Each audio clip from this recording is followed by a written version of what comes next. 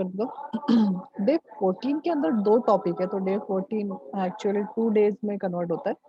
एक में एक टॉपिक कवर होगा और दूसरे डे में दूसरा टॉपिक। ओके? पहला टॉपिक है आपका ऑब्जेक्ट एंड क्लास। तो इसको मैं पॉज़ करो, पहले हम समझेंगे पॉलीमॉर्फिज्म, देन फिर हम गो करेंगे ऑब्जेक्ट एंड क्लास में। ठीक है? कि क्या होता है ऑब्जेक्ट एंड क्लास? अभी आपको ऐसा लग रहा होगा कि ऑब्जेक्ट एंड क्लास तो हमने डे 1 में भी पढ़े हैं, तो ये वो वाली चीज़ नहीं है। यहाँ पे एक क्लास है, जिस क्लास का नाम ऑब्जेक्ट है। ठीक है? तो ये कोई कुछ डिफरेंट चीज़ है, एंड जो हमने ऑब्जेक्ट क्लास पढ़े थे वो चीज़ अलग है। ओके? तो ये चीज़ हम पढ़ेंगे, बट इसके पहले हमें ये समझना इम्पोर्टेंट है। जब आप ये समझ लोगे तो ऑब्जेक्ट क्लास खुद ही समझ में आ जाएगा कि क्यों ऑब्जेक्ट नाम की क्लास जावा में प्रेजेंट है, वो चीज़ आपको समझ में आ जाएगी। तो उसके लिए आपको पॉलीमॉर्फिज्म जो कंसेप्ट है वो समझना इम्पोर्टेंट है। तो चलो ओपन करते हैं और स्टार्ट करते हैं इसको पढ़ना। ओके, एकदम सिंपल फॉर्म में अगर मैं बताऊँ व्हाट इज पॉलीमॉर्फिज्म, अगर एक चीज़ का एक से ज़्यादा फॉर्म रहे तो उसको बोला जाता है पॉलीमॉर्फिज्म। ठीक है? If one thing have many forms, it's called as polymorphism. जैसे फॉर एग्जांपल हम यहाँ पे ड्राइंग से समझते हैं। ओके, यहाँ पे एक सपोज मैं एक पर्सन ले रहा हूँ और उसका पर्सन का नाम दे देते हैं, सपोज राम। ठीक है? राम जो है वो उसके डैडी के साथ एज अ सन बिहेव करेगा, मतलब ऑब्जेक्ट ही है। अगर मैं राम भी बोलूँ तो राम भी एक क्या है, ऑब्जेक्ट है। उसके जो पापा है या फिर डैड है, ये भी एक ऑब्जेक्ट ही है, because we are surrounded by object and we are also object. But यहाँ पे देखो बिहेवियर कैसा है, राम अपने डैड के साथ एज अ सन बिहेव करता है, राम उसके सिस्टर के साथ या फिर ब्रदर के साथ एज अ ब्रदर बिहेव करता है। यहाँ पे मैं ले लेता हूँ सिस्टर, वो उसके सिस के साथ कैसा करता है, एज अ ब्रदर बिहेव करता है। नेक्स्ट, अगर राम का कोई फ्रेंड है तो एज अ वो फ्रेंड बिहेव करता है। देखिए ऑब्जेक्ट एक ही है, पर वो जो बिहेव कर रहा है वो डिफरेंटली कर रहा है ना? मतलब ऑब्जेक्ट एक है, पर वो जो बिहेव कर रहा है वो depending upon situation and next object से रिलेट करके वो बिहेव कर रहा है। जब ऐसा दिखता है कि एक ही ऑब्जेक्ट है और जो बिहेव कर रहा है वो डिफरेंट डिफरेंट है, उस सिचुएशन को बोला जाता है पॉलीमॉर्फिज्म। उस चीज को क्या बोला जाता है, पॉलीमॉर्फिज्म। जब एक ही बंदा डिफरेंट डिफरेंट बिहेव करे। ऐसा समझते हैं कि राम जो है वो टीचर है, तो टीचर है तो ऑफकोर्स बात है वो उसके स्टूडेंट के वक्त वो टीचर जैसा बिहेव करेगा। तो मतलब ऑब्जेक्ट तो एक ही है, पर डिपेंडिंग अपॉन नेक्स्ट ऑब्जेक्ट वो बिहेव करना चेंज करता है, अपना बिहेवियर जो है, अपना जो नेचर है उसको चेंज करता है। इसी चीज को बोला जाता है पॉलीमॉर्फिज्म। अब पॉलीमॉर्फिज्म को समझने के लिए मैं एक छोटा सा स्टोरी बता रहा हूँ। मैं एकदम सिंपल सा आपको एक सिनेरियो क्रिएट करूंगा, आपको बताना है कि क्या ये पॉसिबल है या नहीं है। अगर मैं बोलूँ कि एक किचन है और किचन के अंदर एक पर्सन है जिसका नाम है राम। क्या बोल रहा हूँ मैं, एक किचन है और उसके अंदर एक पर्सन है, जो एक बंदा है जिसका नाम है राम। अब मैं बोल रहा हूँ जो राम पर्सन है वो खाना भी पका रहा है, मतलब रोटी भी पका रहा है और साथ साथ में पानी भी भर रहा है एट ए सेम टाइम। क्या ये पॉसिबल है प्रियंका? सेम टाइम में वो खाना भी पका रहा है, मतलब रोटी भी डाल रहा है, और सेम टाइम में वो पानी भी भर रहा है, जबकि नल का जो टैब है वो थोड़ा सा किचन से दूर है। तो क्या इट्स पॉसिबल कि सेम टाइम पे वो दोनों चीजें कर सकता है? नहीं। नहीं कर सकता। बट अगर ऐसा कंसिडर करो कि उस रूम में, उस किचन में ऐसे 2 पर्सन है जिन पर्सन के दोनों के नाम राम है। तो अगर मैं बाहर से बोलूँ कि राम रोटी पका रहा है साथ साथ में पानी भी भर रहा है, तो इसका मीनिंग है एक राम जो है वो रोटी पका रहा है एंड दूसरा राम जो है वो पानी भर रहा है। इस सिचुएशन में देखा जाए तो पर्सन के नाम सेम है, बट जो फंक्शनैलिटी है वो डिपेंडिंग अपॉन अलग अलग राम वो फंक्शनैलिटी अटेम्प्ट करेगा। यहाँ पे उसी तरीके से हम अचीव करते हैं पॉलीमॉर्फिज्म। एग्जैक्टली वैसा ही होता है जैसे कि हम अभी एक्चुअल में देखेंगे कि क्या है वो दो दो पर्सन जिसका सेम नाम है। तो यहाँ पे देखो, मैं यहाँ पे क्लास क्रिएट कर देता हूँ। ओ, यहाँ पे प्रोजेक्ट क्रिएट करना, सम पॉलीमॉर्फिज्म कर रहे हैं। So my poly already exist, 22 कर देते हैं and next and fish. Okay, तो ये ओपन कर लेते हैं और यहाँ पे एक क्लास बना देते हैं। क्लास बनाना था, गलती से मैं प्रोजेक्ट पे क्लिक कर दिया। नेक्स्ट न्यू एंड क्लास, यहाँ पे कर लेते हैं क्लास टेस्ट क्लास, बिकॉज हमें टेस्टिंग पर्पज के लिए चाहिए, and main method and okay. So यहाँ पे मैं और एक क्लास बना देता हूँ, suppose class C small. So class क्या बनाए, हम बना लेते हैं सपोज क्या एक क्लास ए बना देते हैं, क्लास ए बना देते हैं, एंड इसके अंदर मैं फंक्शन बना रहा हूँ, सपोज void fun करके। अब मैंने एक फंक्शन बना दिया void fun। अब ये जो फंक्शन है ये क्या करेगा, ये सिर्फ प्रिंट करेगा, सिस आउट करेगा हेलो। ओके, यहाँ पे मैंने डाल दिया हेलो। अब ये जो चीज़ पढ़ा रहा हूँ ये इसके पहले भी आप पढ़ चुके हो, लेट्स सी कि आपको याद आता है क्या और कहाँ पे पढ़े थे, ये आपको बताना है। कॉपी किया मैंने, सेम फंक्शन बनाया, सेम नेम रखा, सेम रिटर्न टाइप रखा, बट नंबर ऑफ आर्ग्यूमेंट जो है मैंने एक बढ़ा दिया, इंट ए कर दिया, और यहाँ पे मैं ए को सीधा प्रिंट करूँगा। So value of A and colon, और मैं ए को प्रिंट करा दूंगा। ओके, और एक फंक्शन बना रहा हूँ, मेथड बोल दो आप, और एक मेथड बना रहा हूँ जिसमें जो टाइप है वो थोड़ा चेंज कर दिया स्ट्रिंग, एंड मैं यहाँ पे कर देता हूँ नेम, एंड यहाँ पे कर दिया, हाँ ए ही हमने बनाया तो ए, फिर से कॉपी कर दिया, पेस्ट कर दिया, यहाँ पे नंबर ऑफ आर्गुमेंट फिर से चेंज करो। अब इस बार दो आर्गुमेंट ले लेते हैं, so int A comma int B, and now यहाँ पे मैं और चेंज कर देता हूँ, सो रिजल्ट, और यहाँ पे हम एडिशन कर लेते हैं, सिंपल सा एडिशन प्लस बी, सेव। अभी मेरे क्लास के अंदर ये सारी मेथड्स है, सारी मेथड्स का नाम, सारी की सारी मेथड का नाम फन है। देखो फन फन फन, यहाँ पे मुझे फन मेथड को कॉल करना है तो वो प्रेजेंट है क्लास ए के अंदर, तो मुझे क्लास ए से मुझे कॉल करना पड़ेगा। तो सिंपली मैं क्या करूँ, क्लास ए का ऑब्जेक्ट क्लास ए का मैं बना दूंगा object, so a equals to a, new equals to and yes, so this is called as object. तो हमने क्लास ए का ऑब्जेक्ट क्रिएट कर लिया। अगर मैं a डॉट फन मेथड को कॉल करता हूँ, तुम बता सकते हो कौन सी मेथड है जो कॉल होंगी और आउटपुट क्या रहेगा, expected output? Hello. Yes, output जो रहेगा वो हेलो। कैसे गेस किया, यहाँ पे तो चार चार मेथड थी पर ये हेलो वाली ही आएंगी, ये कैसे गेस किया? हाँ, क्योंकि मतलब पैरामीटर्स नहीं डाले ना वहाँ पे। यस, अगर अगर हम, इंटीजर पास हाँ बोलो बोलो। इंटीजर वैल्यू पास करते तो इंट ए वाला जो मेथड है वो प्रिंट होती। मतलब वैल्यू ऑफ ए वाला वैल्यू प्रिंट। ऑफ ए। हाँ। सेव करते हैं, रन करके चेक भी कर लेते हैं, और यस करेक्ट हो आप। अगर मैंने सपोज मैंने स्ट्रिंग टाइप में कुछ डेटा डाला होता, सपोज मैं डाल दिया गीता, तो फिर कौन सा होता, नेम। नेम वाला, योर नेम या फिर नेम इक्वल्स टू गीता। अगर मैं ये चीज हटा के दो वैल्यूज डाल दी होती तो फिर कौन सा होता, एडिशन वाला, लास्ट लास्ट वाला। एडिशन वाला। हाँ, अब मेरे को बात बताओ, ये जो चीज है ये कैसे गेस किया हमने कि कौन सा वाला एग्जीक्यूट होने वाला है?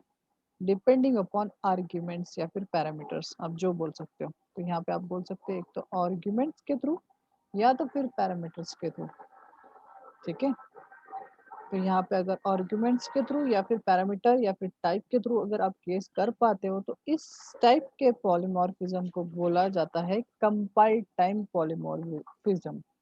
अब कंपाइल टाइम क्यों, बिकॉज कंपाइल टाइम में ही ये बता देगा कि उस टाइप का फंक्शन अवेलेबल है भी या नहीं। फॉर एग्जाम्पल अगर मैं करता हूँ स्ट्रिंग राम एंड कॉमा करके मैं करता हूँ सपोज 10, तो देखिए यहीं पे वो एरर देना चालू कर देगा कंपाइल टाइम में ही। तो ये ऐसा कंपाइल टाइम में ही क्यों होता है, बिकॉज ये कंपाइल टाइम पॉलीमॉर्फिज्म है। यहाँ पे उनके पास जो मेथड अवेलेबल है वो इंट इंट वाली है, ना कि स्ट्रिंग इंट वाली। बट हम जो पास कर रहे हैं वो स्ट्रिंग इंट वाला है. So this type of polymorphism is called as compile time polymorphism. There are two type of polymorphism, compile time polymorphism and runtime polymorphism. तो इस टाइप को बोला जाता है compile time polymorphism, या फिर आप इस चीज को और भी एक नाम से जानते हो, मेथड ओवरलोडिंग. फिर से एक बार बोल रहा हूँ मैं, मेथड ओवरलोडिंग. अगर सेम क्लास के अंदर सेम नेम की बहुत सारी मेथड दिख जाए आपको, बहुत सारी, देखो इतनी सारी मेथड पर नाम जो है वो सेम है, नंबर ऑफ पैरामीटर्स चेंज है. तो इस टाइप के पॉलीमॉर्फिज्म को बोला जाता है कंपाइल टाइम पॉलीमॉर्फिज्म या फिर मेथड ओवरलोडिंग. अब ये चीज हमने कहाँ पे पढ़े इसके पहले, सेम फंडा? कंस्ट्रक्टर में. यस, सेम फंडा हमने पढ़ा है कंस्ट्रक्टर में. अब कंस्ट्रक्टर भी क्या हो सकता है, सिर्फ ओवरलोड हो सकता है, ना कि ओवरराइड. यहाँ पे ओवरराइड नहीं होगा, सिर्फ ओवरलोड हो सकता है. चलो अब ये जो चीज है, सेम चीज अभी सेकंड टाइप के लिए देखते हैं, that is called as run time polymorphism. और उसको क्यों रन टाइम पॉलीमॉर्फिज्म बोला जाता है वो भी हम चेक करते हैं. यहाँ पे मैं और एक क्लास डिक्लेयर कर रहा हूँ. सो क्लास, क्योंकि रन टाइम पॉलीमॉर्फिज्म जो है वो एक से ज्यादा क्लासेस में होता है. देखो यहाँ पे जो कंपाइल टाइम था वो एक ही क्लास के अंदर, रन टाइम जो है वो एक से ज्यादा, मतलब मिनिमम 2 क्लासेस तो भी होनी चाहिए. नेक्स्ट नेक्स्ट जो चीज है वो है कि बी जो है वो एक्सटेंड होना चाहिए ए से. मतलब जो नेक्स्ट क्लास है वो उसकी चाइल्ड क्लास होनी चाहिए. अब डिफरेंस क्या है, डिफरेंस ये है कि दोनों में जो मेथड है वो एग्जैक्टली नाम जो है उसका जो डिक्लेरेशन है वो एग्जैक्टली सेम होना चाहिए. जैसे मैंने फन कर दिया, ब्रैकेट्स डाल दी और curly braces open and curly braces close. अब देखो मैंने यहाँ पे भी एक फंक्शन बनाया था और यहाँ पे भी मैंने एक फंक्शन बनाया, देखो एग्जैक्टली मैच करता है. वॉइड है, रिटर्न नेम भी सेम है, जो पैरामीटर्स है वो भी सेम है, और यहाँ पे जो लिख रहा हूँ फंक्शनलिटी जो है वो चेंज कर देते हैं. यहाँ पे मैं डाल देता हूँ बाय, यहाँ पे डाल दिया बाय बाय. वहाँ पे हेलो था तो यहाँ पे फंक्शनलिटी चेंज करके बाय बाय कर दिया. बाकी की चीज़ों को, बाकी के फंक्शन को अभी थोड़ी देर के लिए मैं कमेंट कर देता हूँ, बिकॉज कंपाइल टाइम के वक्त ये लगेगा, रन टाइम में सिर्फ एक ही फंक्शन मैं रख रहा हूँ, बाकी बाद में. सो हमने एक फंक्शन बनाया क्लास ए के अंदर जिसका नाम है फन और उसकी फंक्शनलिटी है हेलो. दूसरा एक क्लास है क्लास बी. क्लास बी जो है क्लास ए का चाइल्ड क्लास है and a parent class consider करते हैं. फन मेथड इसमें भी बनाई गई और हमने उसका जो फंक्शनलिटी है वो बाय बाय लिख दिया. अब सिंपल सा क्वेश्चन फिर से एक बार मैं पूछता हूँ, क्या आएगा आउटपुट? ऑब्जेक्ट जो बनाया हमने क्लास ए का बनाया, क्या आएगा आउटपुट, हेलो या बाय बाय?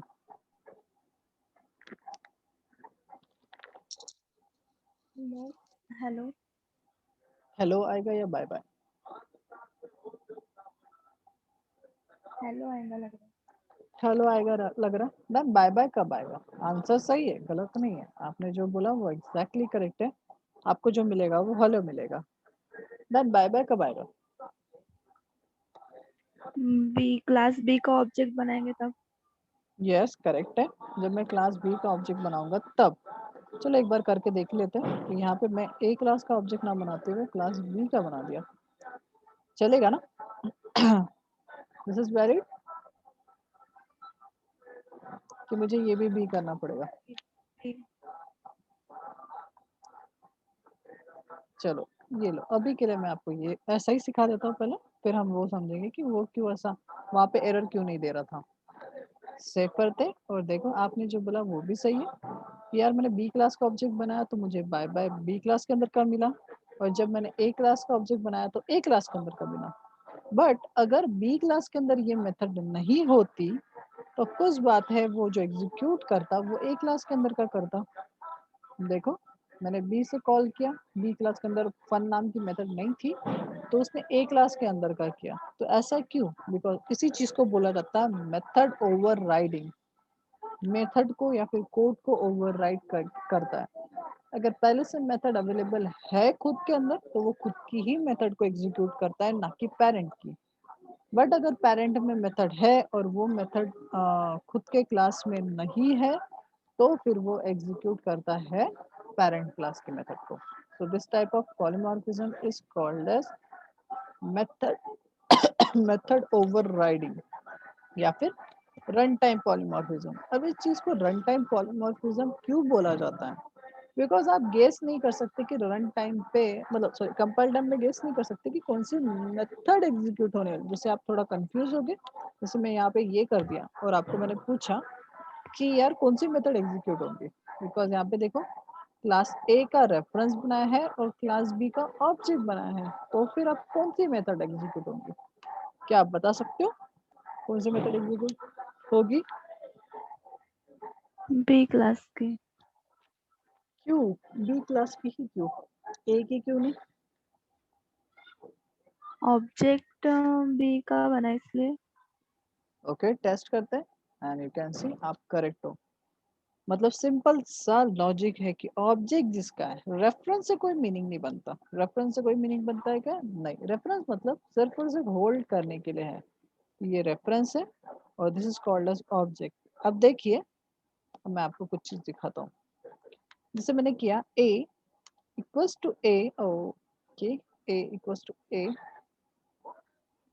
यहाँ पे मैंने किया सबसे फर्स्ट टाइम a में जो रेफरेंस रखा वो क्लास a का ही रखता हूँ, और सेकेंड टाइम अगर रेफरेंस रखता हूँ तो ये क्लास बी का रख देता हूँ. दिखने में एग्जैक्ट सेम दिखेगा आपको लाइन ऑफ कोड, बस एक चेंजेस,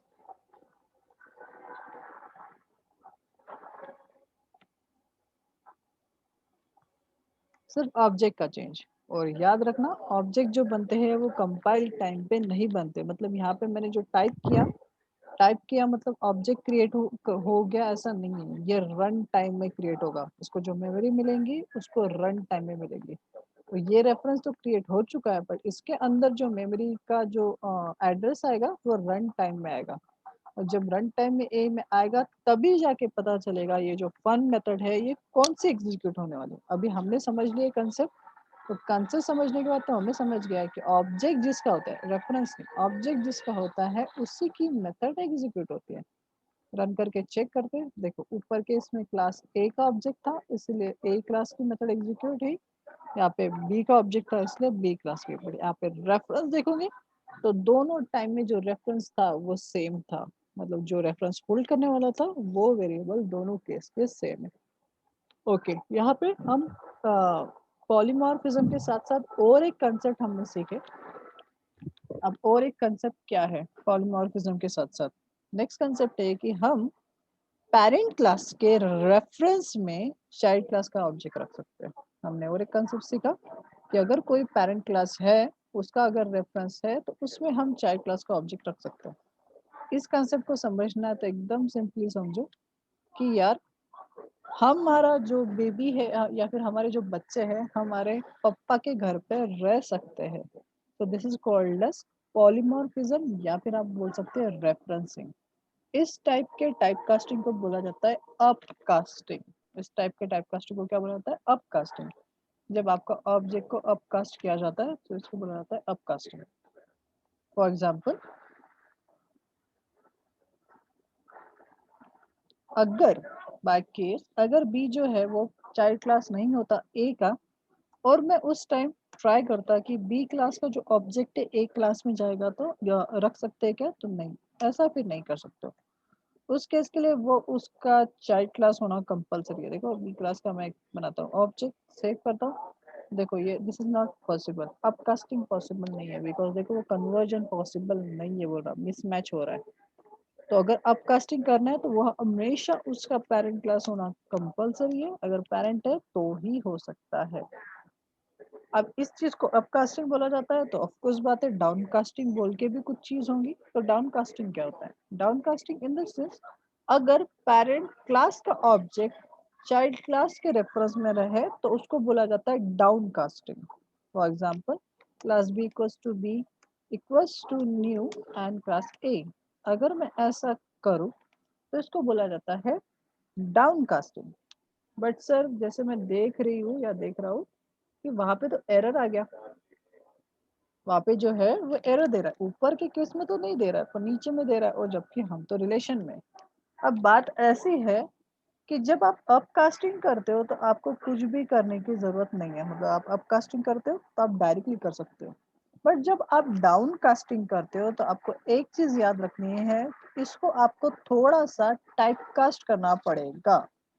मतलब ये जो बी का रेफरेंस है, ये जो बी रेफरेंस है, ये किस टाइप का है? बी। तो आपको इस वाले ऑब्जेक्ट को भी कन्वर्ट करना पड़ेगा बी। मतलब मैं मेरे पापा के बच्चे को मेरे घर पे रख सकता हूँ, बट एक शर्त पे कि यार वो जो बंदा है, मतलब पापा का बच्चा मतलब मेरा भाई, उस बंदे को मेरे रूल्स एंड रेगुलेशन मानने पड़ेंगे बिकॉज़ उसे मेरे घर पे रहना है। सो सेम केस है यहाँ पे हमने लगाया फ़िल्टर। तो अगर आप डाउनकास्ट कर रहे हो तो आप डाउनकास्ट डायरेक्टली नहीं कर सकते हो। यस, अपकास्ट आप डायरेक्टली कर सकते हो। अपकास्टिंग इज़ पॉसिबल डायरेक्टली, बट या डाउनकास्टिंग इज़ नॉट पॉसिबल डायरेक्टली। आपको क्या करना पड़ेगा? लेबल लगाना पड़ेगा, बताना पड़ेगा कि यार ये जो पैरेंट क्लास का ऑब्जेक्ट है, ये डायरेक्टली तो नहीं रह सकता। उसके लिए आपको क्या करना पड़ेगा? पहले टाइपकास्ट करना पड़ेगा। जैसे फॉर एग्ज़ाम्पल मैं आपको चीज़ें दिखाता हूँ।